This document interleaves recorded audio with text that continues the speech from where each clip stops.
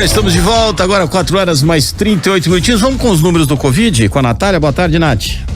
Minas Gerais registrou 9.330 casos e 295 mortes pelo novo coronavírus em 24 horas. Os dados são do boletim da Secretaria de Estado de Saúde, divulgado nesta quinta-feira. Com os acréscimos, o estado chegou a 1.492.530 infectados e 38.222 mortes. Do total de contaminados, 78.850 estão em acompanhamento e 1.375.458 já se recuperaram da doença. Dentre os mortos, 68% tinham comorbidades associadas à Covid-19 e 75% tinham mais de 60 anos. Repórter Natália Oliveira. Ô Sandra, amanhã nós vamos entrevistar um diretor da Fiocruz, não é isso? Exatamente, Marcelo. E você conversou com ele hoje e perguntou para ele sobre a terceira onda. Ele falou que isso não existe? Ele falou que, na verdade, se fosse para contar, seria uma quarta onda. Uma quarta onda já, né? Já. E ele falou que... Agora tem uma coisa que te preocupou, né? Ele falou que os números, inclusive de uma região de Minas Gerais, está preocupando, porque apesar de mostrar estabilidade nos últimos dias, os números são muito altos e há uma tendência de elevação desses números nas próximas semanas.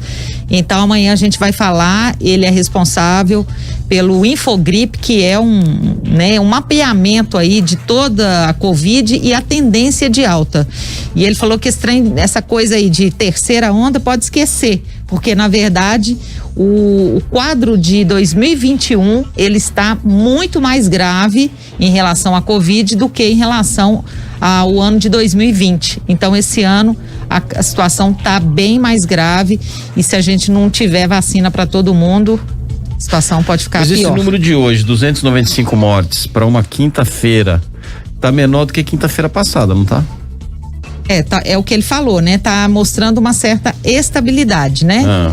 Então, mas há uma tendência de alta. E o que a gente vê é que os números não têm uma queda muito expressiva, né, Sapia? Isso assusta um pouco. Sem falar aqui, da ocupação dos leitos. Quinta-feira passada nós tivemos 258 mortos e 9 mil novos casos. 258 e 9 mil novos casos. Hoje nós tivemos... deixa eu voltar aqui meu negócio. 258 quinta-feira, 295, ou seja, aumentou. E o mesmo número de casos, 9 mil. Isso. Então de 258 para 295, aumentou então. Né? Aumentou aí mais de 10%. Há uma região específica que ele não falou qual, em Minas Gerais, que está preocupando ele já. Carlinhos tá aí, ó. Eu hoje fiquei preocupado com aquela cepa da Índia. Ô Carlinhos, essa vacinação não tá dando certo, não?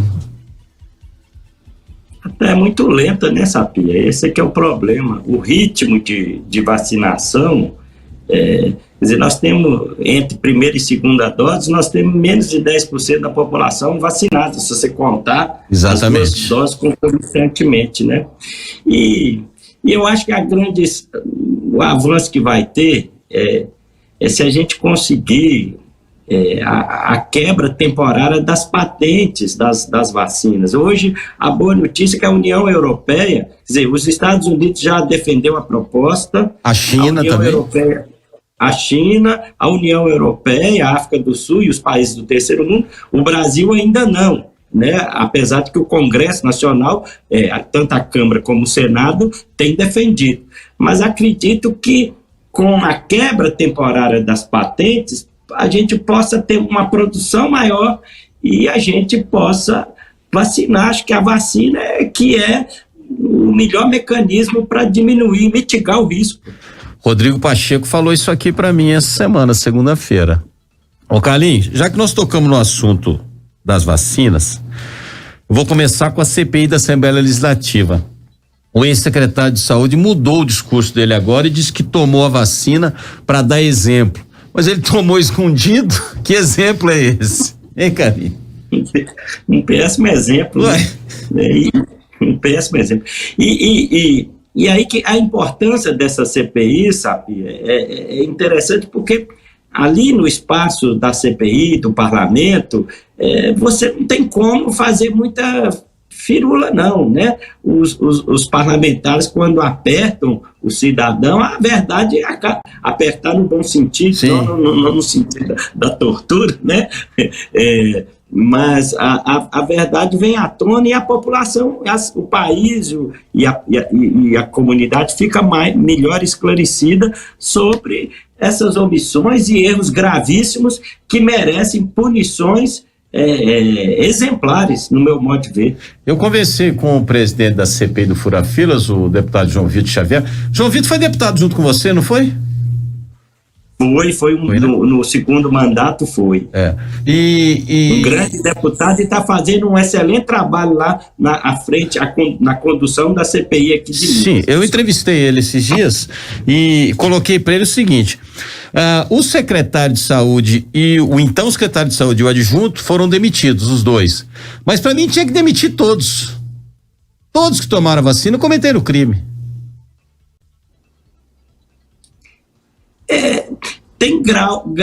São graus diferenciados de responsabilidade, né? Eu, no meu modo de ver aqui, mas tem que ter uma punição, porque se um servidor é incluído lá numa listagem, aí não ficou muito claro quem determinou, quem não determinou, aí tem que apurar como que esse servidor foi. Às vezes ele apareceu lá na lista e não teve, como se diz, uma participação direta nisso. Então tem que ponderar, mas tem que ter punição, sem dúvida nenhuma. É um negócio muito complicado, porque se você for parar para pensar, né, cada um tem uma sua opinião. Nós vamos ter Olimpíada esse ano. O Brasil tá vacinando todos os atletas, o COB, né, tá vacinando.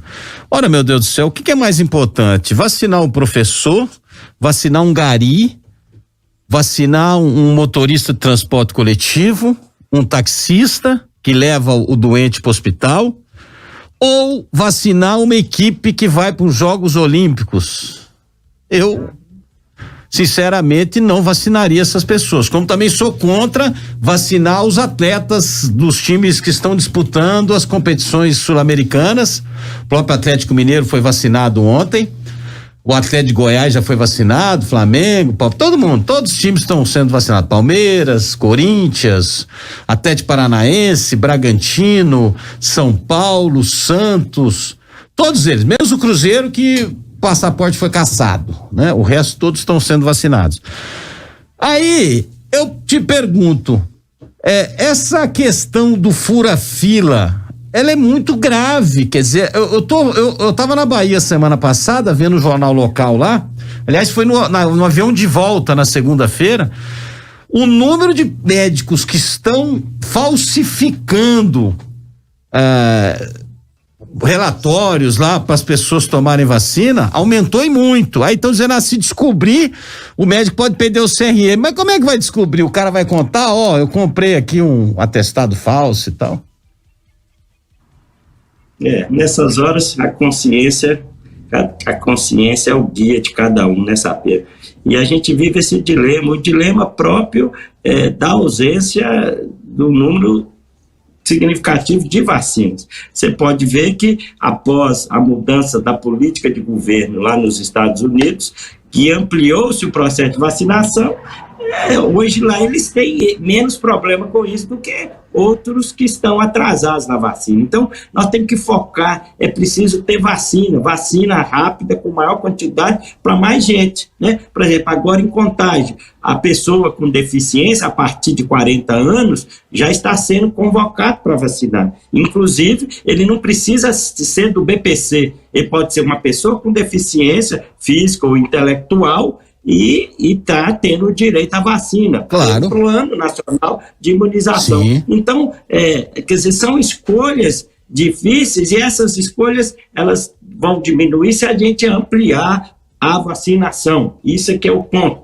Ô Carlinhos, você que quando prefeito esteve na China num acordo comercial que foi feito entre um município chinês e o município de Contagem, do qual você era o prefeito à época, ontem bateu um recorde. Na China tudo é muito absurdo, né? Eles conseguiram vacinar 15 milhões de pessoas em um dia, cara. Você viu isso? a China não é desse mundo, não. Cara, nós tivemos lá em Tianjin, que é perto lá de Xangai, né? Fazendo a Irmandade com Contagem, realmente é tudo muito impressionante. Acho que nós ficamos lá, salvo o melhor juízo, uns 14 dias. Quando a gente chegou no aeroporto, me chamou a atenção, porque tinha uma obra, um negócio assim de um viaduto, 2, 3 andares, em obra, sabe? E aqui me chamou a atenção, que não tem muito suntuoso. E quando a gente voltou, a obra já estava concluída. Era um negócio impressionante. Mas é outra realidade, né? Mas aí chega naquela história que me disse o deputado Aécio Neves, que é presidente da Comissão de Relações Exteriores do Congresso Nacional agora, me confirmou o presidente do Senado, Rodrigo, também falou conosco sobre isso, de que o fato de não estarem vindo insumos da China e ou da Índia para o Brasil, o famoso IFA, não é nada de briga do filho do Bolsonaro com o bate-boca que ele anda ou vinha tendo, né, com o embaixador da China aqui no Brasil. É simplesmente porque apertou pro lado deles lá também, e eles falaram, bom, vamos cuidar do nosso primeiro, depois a gente cuida dos outros. A realidade é essa, né? Eu, particularmente, assim, as intenções em si eu não saberia dizer, mas eu particularmente eu discordo, viu? Pelo que eu conheço, assim, da forma diplomática do chinês. Aí o chinês é uma pessoa, assim, muito da paz. Ele é o tipo daquela pessoa, assim, ele dá um boi para não entrar numa briga, mas em compensação dá uma boiada para não sair. E queira ou não queira, não vamos tapar o sol com a peneira, né, Sapir? O governo brasileiro, gratuitamente, não sei por qual razão, ou por bobagem ideológica, pisou no calo do chinês. Eu acho que foi uma resposta discreta, mas no campo da diplomacia. O Brasil pagou, sim, por isso, por essa bobagem, dessa briga que não interessava a ninguém naquele momento. Nações não tem que brigar. Se a gente tem diferença, a gente tem que fazer diplomacia, não briga. Lá nos Estados Unidos, um estado lá, cada estado tem sua lei, né? Começou a dar cerveja pro pessoal que fosse vacinar. Aí um outro estado virou e falou, sabe de uma coisa? Eu vou dar maconha, porque maconha lá é liberado para uso recreativo. Aí o outro estado falou assim, não, eu vou dar $1 milhão numa loteria pro cara vacinar, velho. Olha que doideira, não é não? Que loucura. Né? Aqui os caras falsifica documento para poder vacinar. Ou fura fila, né? Enquanto aqui o povo está sem cesta básica, sem gás de cozinha em casa. Em cada 4 brasileiros estão passando fome hoje nesse país, pra você ter uma ideia. E aí, tudo funcionando, Carlinhos, voltando, uma coisa ali, outra coisa aqui, uma coisa ali, outra coisa aqui. E aquele problema que eu falei lá no início, que quando voltasse, que eu achei que ia voltar em 30, 60 dias, que era a volta das crianças para a escola. Como é que faz uma família que não tem lá um bem, o pai, a mulher tem que trabalhar e tem que deixar os filhos na creche o dia inteiro, e estão há 1 ano com essa criança sem deixar, sabe, se ficar com a avó, com o avô, com a tia, com o vizinho, com a prima, com o irmão, é muito difícil. Inclusive, Belo Horizonte já voltou um trecho, né, até uma idade, né, 5 anos e 8 meses. Fabricianos já estão com aula desde outubro do ano passado. Tá tudo normal lá. O número de fabriciário é sacanagem. 23% de UTI e 25% de enfermaria. Uma coisa absurda. Então quer dizer que não são as crianças que estão transmitindo nada para ninguém. E me parece que sábado agora vai ter uma manifestação em Contagem a favor da volta às aulas. E eu tô na linha com um pai de aluno que pediu para ser identificado só como Bruno, que vai dizer um pouco sobre essa manifestação. Boa tarde, Bruno. Boa tarde, prazer falar contigo e com todos os seus ouvintes. Ô Bruno, você tem filho de quantos anos? Meu filho tem 4 anos, Sapir. E esse tempo todo tá em casa? Tá em casa, Sapir, tá em casa. E com quem que ele fica? Atualmente, a gente está contando com a ajuda de avós, a mãe está ajudando também, mas eu trabalho, a mãe também trabalha, está uma dificuldade danada, viu, Fabio? Fica aquela situação sem saber o que fazer, né? Exatamente. E aquele risco, né, que não sei se a avó agora, se foi a avó pela idade, já deve ter sido vacinada, imagino eu, mas somente no começo, né, porque falava, não leve as crianças para próximo Sim. dos avós, né? Que pode ser perigoso e tal. Imagina como é que tava o coração de vocês. Você tendo que sair para trabalhar, sua esposa também, e tendo que deixar seu filho com a avó. Pois é, Sapi, assim, a gente verifica que a situação veio mudando, a nossa preocupação sempre existiu, principalmente com relação à vacinação. Com o passar do tempo, os avós, que eram motivo das crianças estarem longe das escolas, foram vacinados. Passaram motivos para as crianças, o risco entre as crianças, né? No dia 10 de maio, a Fiocruz lançou um estudo científico seríssimo, informando do baixíssimo risco de contaminação entre as crianças. Então, esse motivo também deixou de existir, né, Sabi? Então, agora a gente está... nós somos pais, nós não temos uma associação, não temos nada por trás. Nós estamos unindo as nossas forças para tentar mostrar para o Poder Executivo que queremos um retorno das escolas de forma gradativa, de forma segura, de forma facultativa, que eu acho que é o principal, porque muitos pais ainda se sentem inseguros, né, para enviar o filho para a escola. E essa é a nossa defesa, sabe? Eu acho que não dá mais para esperarmos, sabe? Tem se dito muito sobre a vacinação dos professores. Nós somos totalmente a favor de se vacinar os professores o quanto antes. Porém, sabe, eu não sei se a população está ciente, grande parte das vacinas que estão sendo aplicadas, elas têm um prazo de 3 meses entre uma dose e outra. Sim. Portanto, se formos esperar os professores, mês que vem, serem vacinados com a primeira dose, se isso acontecer, teremos que esperar provavelmente mais 3 meses, mais uns 15 dias. Só o ano que vem. Totalmente imunizados, é só ano que vem. Então, acho que chegou num ponto que é mais seguro voltar pelas crianças do que continuar fechado. E esse evento de sábado vai ser aonde, que horas, quem vai participar? Será às 10 horas na Praça Paulo Pinheiro Chagas, no bairro Eldorado. Sim. É importante salientar, sabe, que é um evento totalmente apolítico, tá? Sim. Foi até quando me convidaram para esse evento, a primeira coisa que eu olhei, é um evento único e exclusivamente dos pais e das mães dos alunos, tá, sabe?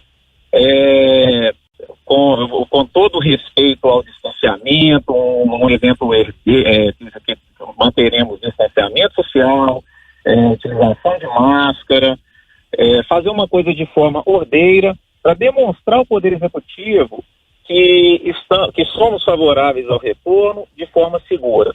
Então, a gente chama os pais, aqueles que concordam com a reabertura nesse momento, que compareçam à Praça Paulo Pinheiro Chagas no sábado às 10 horas, para tentarmos mostrar ao Poder Executivo que está no momento de iniciar uma retomada das aulas em Contagem, assim como foi feito em Belo Horizonte, vários outros municípios da região metropolitana. Aí o convite, então, para você que é pai ou mãe de aluno de criança em idade escolar, que queira o retorno das aulas, neste sábado, 10 horas da manhã, ali no Eldorado, na praça que todo mundo conhece ali, não tem como errar.